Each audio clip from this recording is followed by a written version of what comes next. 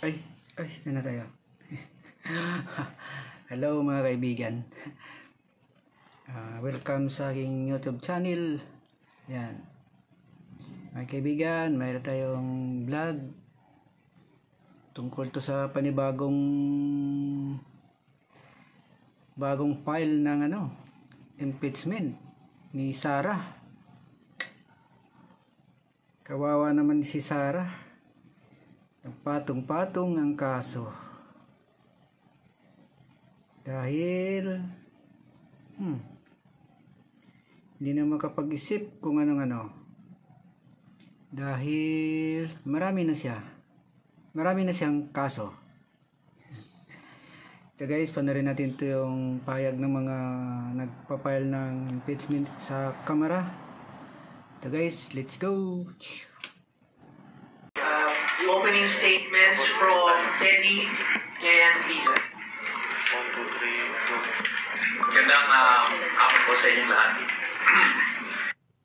Public trust comes public accountability.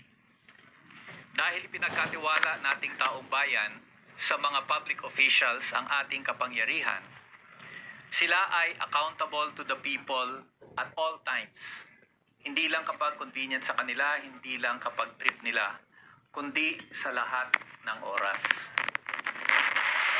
Inaakusahan namin si Vice President Sara Duterte ng pagtataksil sa tiwalang ito sa pamamagitan ng paglustay ng 612.5 million na confidential funds ng Office of the Vice President at Department of Education.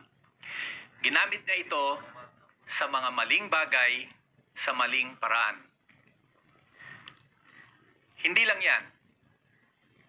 Nanguna rin si Vice President Duterte sa pag-cover up ng kanyang paglustay sa pamamagitan ng mga peking resibo, mga gawa-gawang acknowledgement receipts, mga maling dokumento na isinabmit niya sa Commission on Audit. And worse, nang ang paglulustay at pagtatakip niya ay nabunyag, hindi niya kinilala ang kapangyarihan na Kongreso na ito ay imbestigahan. Gumawa siya ng mga hakbang para pigilan ang Kongreso sa trabaho nitong oversight, sa trabaho nitong tingnan ang mga maling gawa ng kanyang mga opisina. Siya ay nag-asal pusit at hindi yan katanggap-tanggap. Ang mga ginawang ito ni Vice President Sara Duterte ay pagtataksil sa tiwalang ibinigay sa kanya ng taong bayan. This is a betrayal of the public trust. At dahil dito, karapat-dapat lamang na siya ay matanggal sa pwesto at huwag nang payagan na humawak ng anumang pwesto sa gobyerno.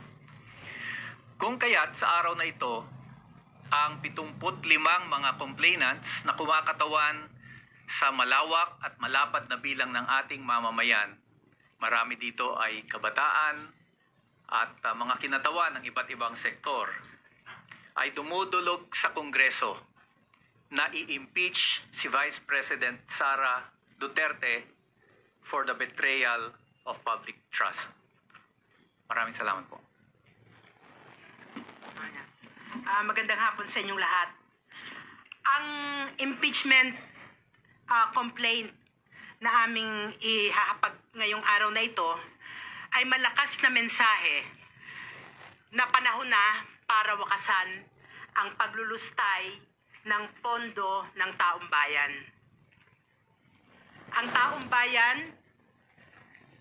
na naghihirap sa ngayon na napakatindi ng krisis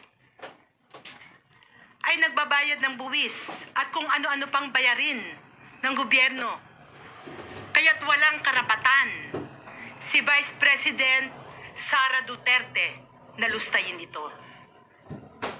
Dapat managot si Vice President sa paglustay ng pondo ng Office of the Vice President at ng DepEd. Hindi dapat na binababoy ang proseso ng mekanismo ng accountability.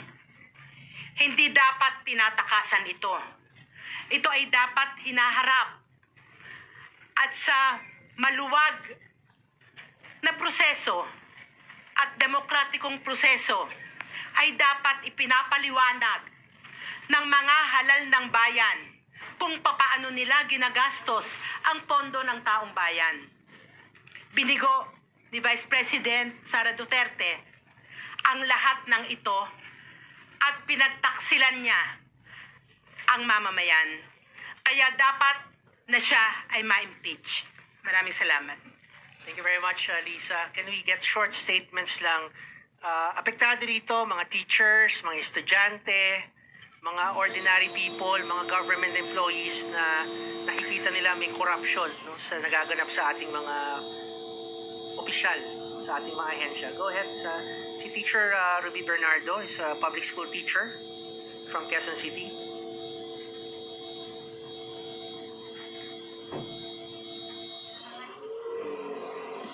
Yan, magandang tanghali po sa ating lahat. Magandang tanghali po din sa ating mga kasamang media ngayon.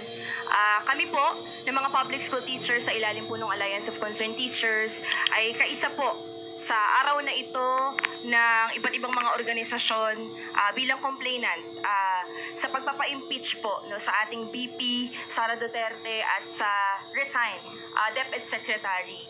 Kami pong mga guro, malinaw po sa amin na kung gaano kahirap yung aming sektor. Siyam sa bawat 10 guro ang hindi po talaga nakakatungtong sa living wage yung sahod. Hirap na hirap magturo sa napakasikip na classroom.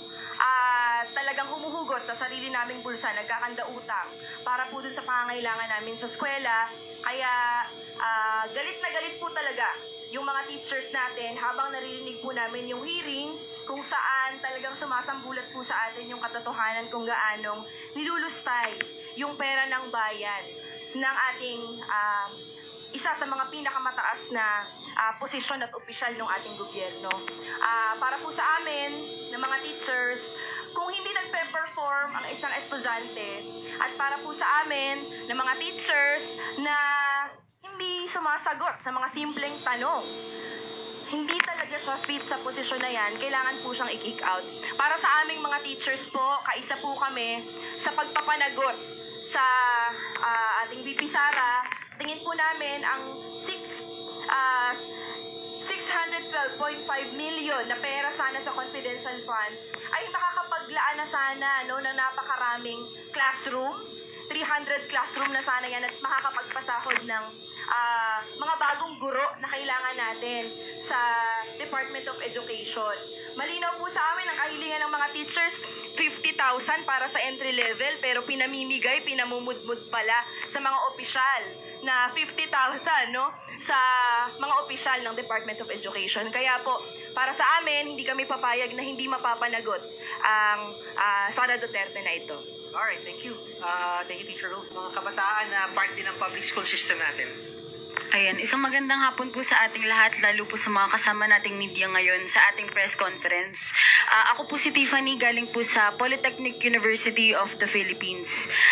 Mula nung maupo si Vice President Sara Duterte, nasaksihan po ng mga kabataan kung paano niyang pinagnakawan, no, ng pondo ang taong bayan sa mukha ng confidential and intelligence funds ng kanyang opisina. Milyon-milyong pondo po ang ninakaw ni VP Sara Duterte na dapat sana ay nakakatugon, no, sa mga batayang pangangailangan ng taong bayan, higit lalo ng mga kabataan, no, sa sektor ng edukasyon. Bukod po doon, nasaksihan po ng mga kabataan ang kawalan ng transparency ng opisina ni VP Sara Duterte, no, at panloloko niya at patuloy na panloloko niya sa atin, no, sa mga gawa-gawa at fabricated, no, ng mga ebidensya ng auditing kung saan nga ba tunay na ginagasta ang pera ng taong bayan na nasa sa kanyang opisina. Nandyan din po na nasaksihan ng mga kabataan ang pambabastos mismo ni VP Sara Duterte sa proseso ng pagdinig at paghingi ng accountability sa kanya sa lahat ng mga nilustay niyang pondo mula sa pera ng taong bayan. Mula po sa lahat ng ito na nasaksihan, no, ng mga kabataan, mula nang maupo si VP Sara Duterte sa pwesto, hindi na po papayag ang mga kabataan na maging bystander ang mga kabataan sa sektor ng edukasyon. Kaya mula po sa malapat na hanay ng mga kabataan, nandito po kabilang sa mga complainants na magpa-file ng impeachment complaint ngayong araw. ay nagkakaisa po ang sektor ng kabataan na tuluyan na siyang patalsikin sa pwesto. Dahil habang nagagawa po ito ni VP Sara Duterte, no, na makatakas sa accountability, no, at magbulsa ng milyon-milyong pera para sa pansarili niyang interes, ang mga kabataan po ay kumakaharap ng kulang-kulang na budget sa aming mga pamantasan. Nandyan din po na kinakaharap ng mga kabataan sa mga pamantasan ang kakulangan ng mga classroom, pati na ng mga espasyo. Kaya ngayon po naninindigan ng mga kabataan na hindi na po tayo papayag na magpatuloy pa ang mga ito at oras na para panagutin si VP Sara Duterte at lalo na ang kanyang pamilya sa lahat ng mga pandarambong na ginagawa nito sa kanyang posisyon. Yun lang po at maraming salamat. Thank you. Salamat, Tiffany. Maikling pahayag lang from the government employees, no, na laging namomroblema dito sa issue ng corruption. Where is Santi? Yes? Bigyan niyo naman ng upuan. Magandang tanghali po. Sa isang ordinaryong kawani ng gobyerno, mawalan ka lang ng piso, investigasyon, korte na, tanggal sa trabaho, at malamang kulong pa.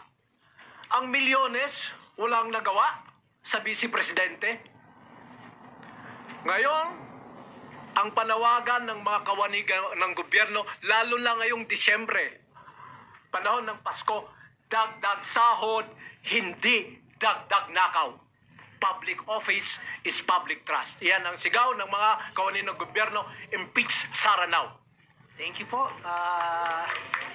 Kasan. Lalim ng hugot. Government employees eh. Talagang ganon, no? Maikli lang siguro, Kadaning. Baka may gusto kayong maikli lang.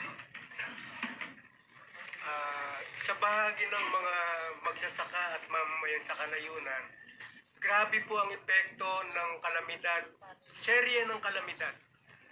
Walang makain, nagugutom ang magsasaka, pero ang opisyal ng pamahalaan ay milyong piso. Kaya para sa amin na naghihirap at nagugutom, dapat ay magkaroon ng pananagutan si VP Sara. Kaya po kaisa kami na dapat ay ma-impeach si Vice President Sara Duterte. Salamat po. Alright, let's get a short... Thank you po, Kadaling. Mula sa mga magsasaka, let's get a short statement then from Attorney VJ, mga victims ng Duterte regime, no, human rights victims. Magandang tanghali. Sa itong teleseryeng napapanood natin dito sa Kongreso at sa Senado ay narinig natin ng madalas yung binabanggit na confidential funds. At itong confidential funds ito ay ginamit sa personal na interes at sa katiwalian. Katiwalian laban sa sambayanan. Ako po ngayon ay nandito bilang anak ng mga biktima ng human rights violations kasama ang mga nanay natin mula na biktima rin noong Bloody Sunday, grupong karapatan at grupong hustisya. Nanawagan po kami na patalsikin at i-impeach si Sara Duterte na binibigyan namin siya ng pagkakataon sa isang demokratikong proseso na harapin ang reklamo at ang sumbong ng mamamayan batay sa kanya or sa patuloy niyang katiwalian at patuloy niyang pandarambong sa bayan. Kami po ay nakikisa sa impeachment ito at nananawagan na magbitiw sa pwesto si VP Sara. Yun lang po. Alright, bago tayo pumunta dun sa ating mga endorsers, no, fast facts lang kaugnay ng impeachment, no. Bago yun.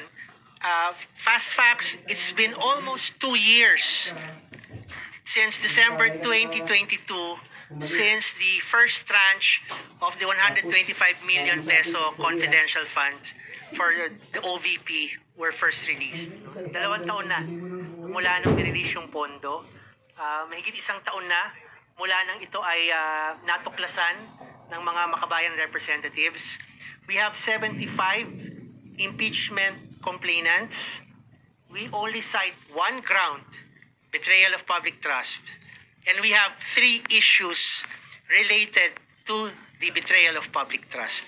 So our lawyer, Attorney Nery Colmenares, will go through yung 3 issues related sa betrayal of public trust.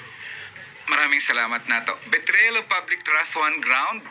Mas madaling digest yung mga ebidensya, mas mabilis siyang matalakay at kung umabot sa Senado, mas mabilis din madedesisyonan ng mga senador.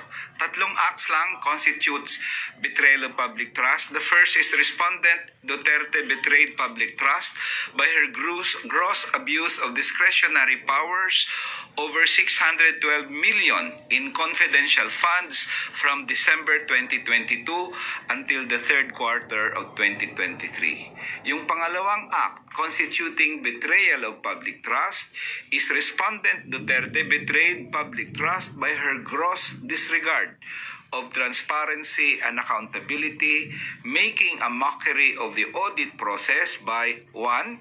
Ordering subordinates to prepare implausible accomplishment reports supported by fabricated liquidation reports and falsified documents. And 2, to submit the same to the Commission on Audit to support the questionable use of confidential funds that is not in accordance with laws and regulation, causing great injury to the government and the taxpayers. Number 3, pangatlong act constituting betrayal of public trust, Respondent Duterte betrayed public trust by her dereliction of official duty with her willful refusal to recognize congressional oversight during budget deliberations and its authority to conduct inquiries of aid of legislation. So yung tatlong acts lang yon, ang tingin namin at least nakafocus sa isang issue, confidential funds, at isang ground, betrayal of public trust. All right, thank you, Neri. Now, can we get short reactions then from the members of the House? Yung tatlong nandito, bakit nila i-endorso ang impeachment complaint na ito? Go ahead. Thank you, Neri, Representative Franz Castro from the ACT Teachers Party List. Mahigpit natin talaga, ini-endorso itong impeachment complaint ng ating mga taong bayan is composed of 75 na mga representative of their organizations. Dahil nakita naman natin talaga yung sa mga hearings, nakita natin sa Quadco, dito sa Committee on Good Government, yung obvious na paglulustay ng pera o hindi maipaliwanag. No, umpisa pa lang ng budget hearing, hindi na talaga maipaliwanag itong 125 million. At nung pinalalim pa natin yung pag-iimbestiga natin dito sa confidential funds, nakita nga natin talaga yung mga fabricated na mga acknowledgement receipt, yung mga pineke na mga accomplishment report, at iba't iba pa na tingin natin ay isang matinding matinding dahilan na para sabihin natin dito na hindi siya worth sa ating trust o hindi siya worth si Vice President Sara Duterte, hindi siya worthy ng trust ng taong bayan. Kaya kami sinusuportahan natin itong impeachment complaint na ito ng ating taong bayan. Magandang hapon po sa lahat. Raul Manuel, representative ng Kabataan Party List. Tayo po ay mag-endorso nitong impeachment complaint na ipa-file ng nasa 75 na mga complainants, lalo na 1/3 po nito ay mga youth leaders galing sa mga state universities, private universities, meron pa from SK, mga national and sectoral youth leaders. Nasa karanasan ng mga estudyante at kabataan na kapag meron silang mga aktibidad, sobrang ginigipit sa pondo, hindi makapagsimula ng kanilang mga proyekto dahil lamang pinagdududaan sila sa kanilang mga aktibidad. Masakit isipin na kapag si Presidente pala ay pwedeng mag-withdraw one time ng tig 125 million pesos tapos ilalagay sa malalaking mga bag tapos ibibigay lang sa kung sino-sino mga opisyal. This sitting Vice President, si Sara Duterte, akala niya she can cheat her way out of misuse of public funds. Nangopya ng brand names para likhain ang isang Mary Grace Piatos na hindi naman nag-e-exist. Sabi nga, time is the ultimate truth teller. That also applies to Sara Duterte. lumabas na ang katotohanan kahit na pilit niyang tinatago ang kung ano man yung kanyang mga nagawa. Kaya isang malaking cheater at taksil si Sara Duterte. She clearly betrayed whatever trust remains in her. Kaya bago tayong i-endorso itong impeachment complaint.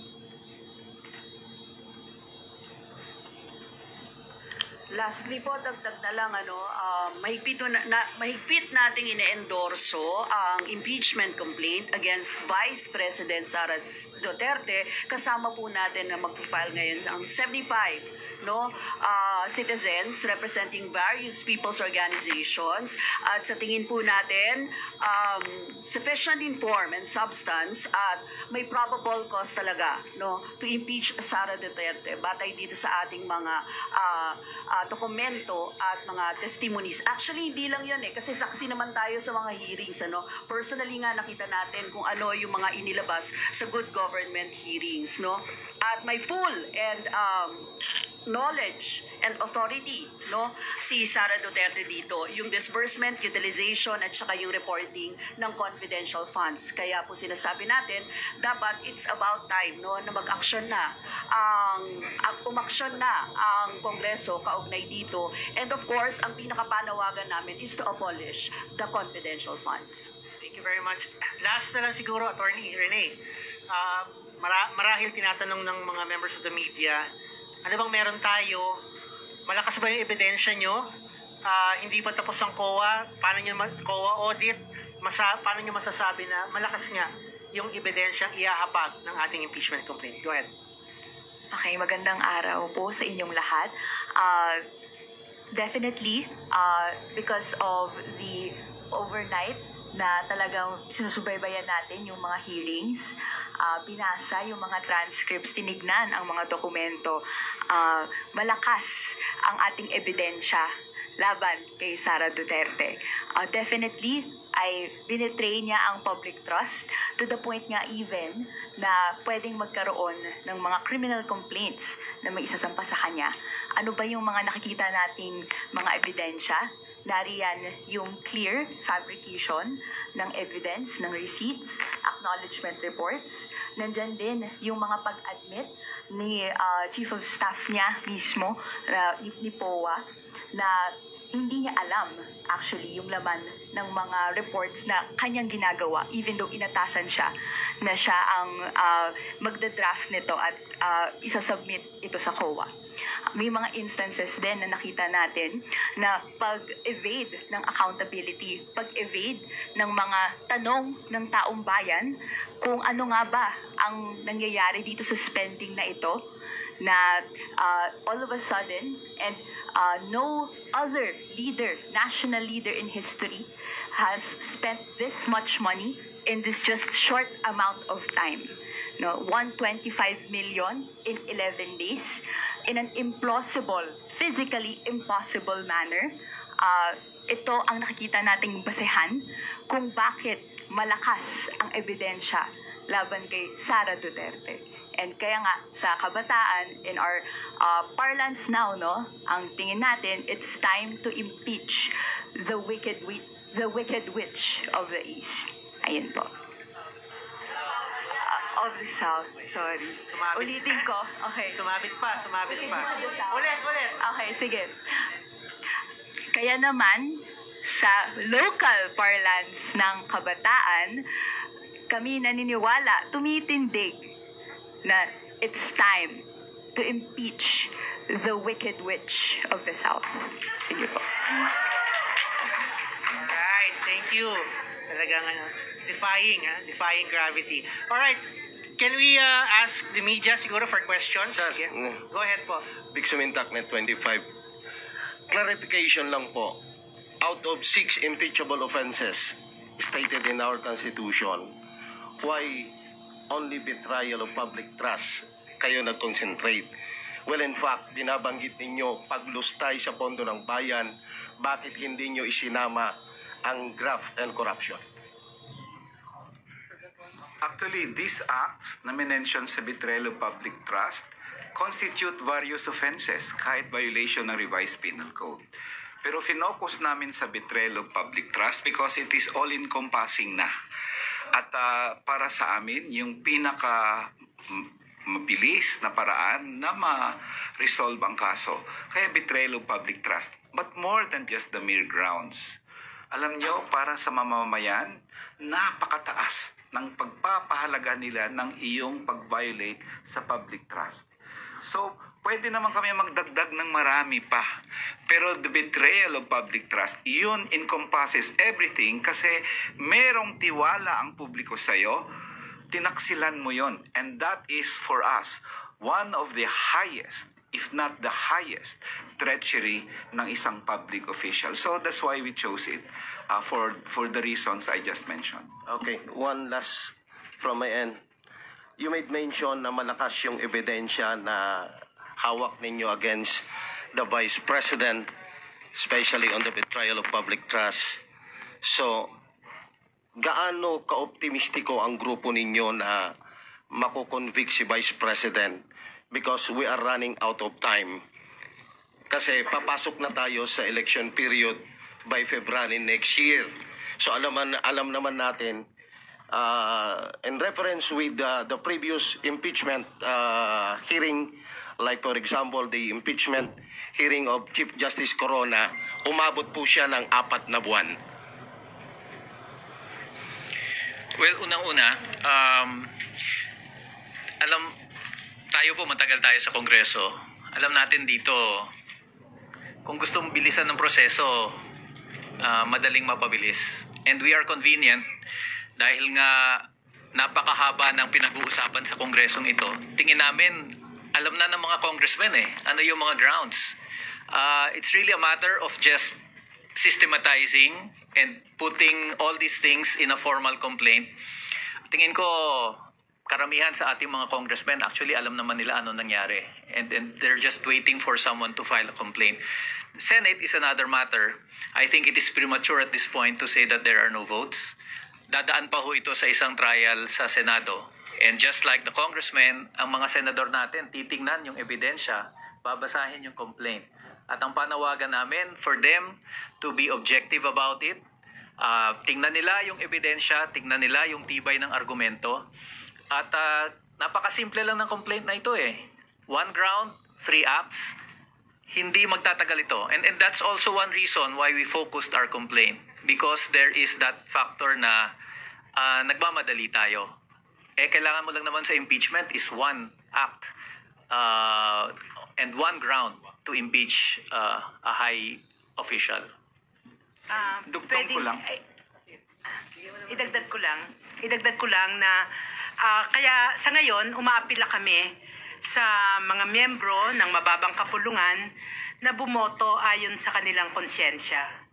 Hindi ayon sa kanilang partido, hindi ayon sa kung sino pa man na personal na interest nila, kung hindi ayon sa pag-weigh nila sa kung ano ba ang tama o mali sa ating bayan.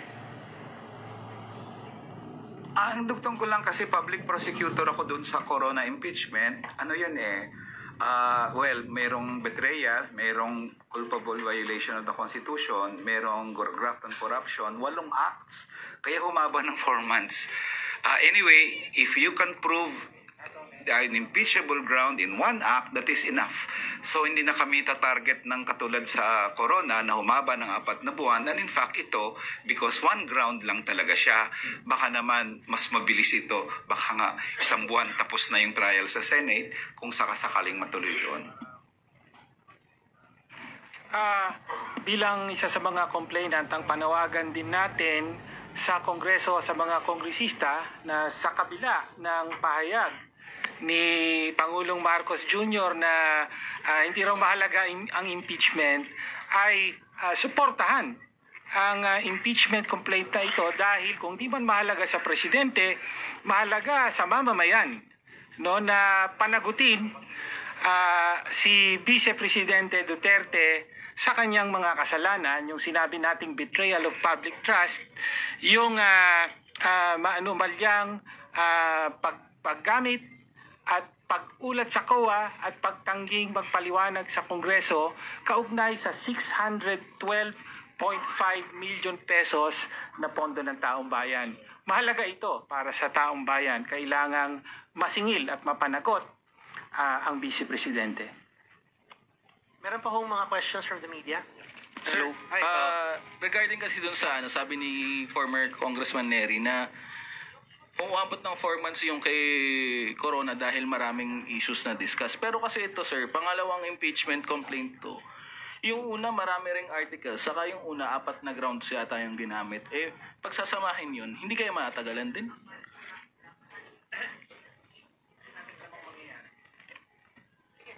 Alam nyo, hindi natin alam kung anong magiging aksyon ng Kamara dito sa mga complaints. No? Normally yan, maraming complaints, pwedeng i-refer yan sa Justice Committee. At doon mangyayari yung determination ng form and substance and consolidation of the complaints. No? And it will be up to the House kung ano yung mga pinakamalalakas na mga grounds at mga kaso na isasampan nila bilang articles of impeachment. Pero, no, meron din naman kasing fast track na hindi na dumadaan sa Justice Committee at pag meron ng 1/3 na boto ng kabuuang miyembro ng mababang kapulungan, diretso na yon. No? Ngayon, kung ano yung complaint na didiretso sa Senado, kung makakuha ng 1/3 vote, hindi natin alam. Pero kami naman, kumpiyansa kami na itong pinafile natin, simple, direct to the point, matibay ang ebidensya, tingin natin pinakamalakas na ground. Sana po, ito yung masuportahan ng mga miyembro ng mababang kapulungan. Sir, Sir, you mentioned about yun nga, may fast track, no? Pwede na magpasa ng resolution na direkta po sa plenaryo, 1/3 ng boto ng 307 Kongs papunta na agad sa Senado. Pero paano na nga yun? Si PBBM na po nagsabi na nawagan sa House leadership. Naisang tabi nyo na muna any efforts na patalsikin ito si VP Sara. Paano tayo makakuha, Ma'am Kong, ng boto sa plenaryo? And even yung pangharap nga sana na i-fast track to dahil wala na tayong oras. Thank you, Marian, sa tanong, no? Actually, nasagot na natin yan. Sabi ko nga, no interference. Legislation and executive are two different branches, no, of government. At terp natin ito, no, terp namin ito sa Kongreso, itong proseso na ito. Well, we respect yung sinasabi ni President. Pero syempre hindi yun ang magiging dahilan namin, halimbawa sa Makabayan at ilang mga miyembro ng Kongreso na mapigilan itong proseso. Ito lang talaga yung democratic legal process na gagawin natin na talagang magpapa-impeach sa isang tingin natin unfit na vice presidente. Kaya kaya hindi tayo apektado doon. No? Ang Makabayan hindi pa tayo apektado doon. Kaya nga ito ini-endorse natin at tinutuloy natin. Siguro, Marian, yung issue dyan ay nananawagan kami dito sa aming mga colleagues, mga kasamahan namin dito sa Kongreso. Tama yun to vote in conscience, diba? Hindi naman kailangan na may dikta o kung ano man. Ang sinasabi natin dito, separation of powers tayo, dapat tumindig ang Kongreso sang-ayon sa tama, no, na posisyon dito sa usapin na ito. Just short lang. This is one of those instances na may pagkakataon ng Kongreso na ipakita sa taong bayan na siya ay independent. That there is a system of checks and balances. So actually, this impeachment complaint is a challenge to Congress to show its independence, to show that it can stand on the side of the people kahit ang presidente iba pa ang sinasabi at pinapanawagan. So sana ay maintindihan din yan ng ating mga kongresista. Hello po, good afternoon. Dwight De Leon po from Rappler. Meron po bang mga kongresista with the majority na lumapit sa inyo expressing privately that they will support the impeachment complaint? Pero yun po ba, meron po bang mga nag-manifest po, without naming names? Wala. Actually, tingin ko walang isa sa amin ang kinausap ng congressman na mag-file. Because kami talaga, tingin namin, ito ang aming tungkulin. No? This is, sinasabi nila palagi in their pronouncements na kung may magfa-file, they are duty-bound to act on it. So, yun lang. Ganun kasimpleng pahayag lang. Sapat na para sa amin to do what we think is our duty as citizens. To hold high public officials accountable. No need for pakiusap. Sir, ikaw na mo. Saglit lang sir, maikli lang. Willing ba ang sir, Makabayan to work with Akbayan considering yung history ng dalawang grupo? And pareho naman kayong on the side of in favor of impeaching Vice President. Ano ulit yung tanong? Ulit yung mga willing pa yung ano ulit? Ano ulit? Sir, willing ba ang Makabayan Bloc to work with Akbayan considering the history ng dalawang sides? Well, ikaw talaga maintriga ka Ma'am, kasi di ba meron namang Kami incidents naman, in the past? ito kasi, syempre, pag usapin ng common naman, yung with common na usapin, well, di natin pag-uusapan yung ideological. Magkaiba talaga yun. Linawin natin yon. Pero kapag merong pareho naman ng mga usapin, issues, madalas naman nagkakasama. Halimbawa, kahit na nga doon sa, sa kalsada.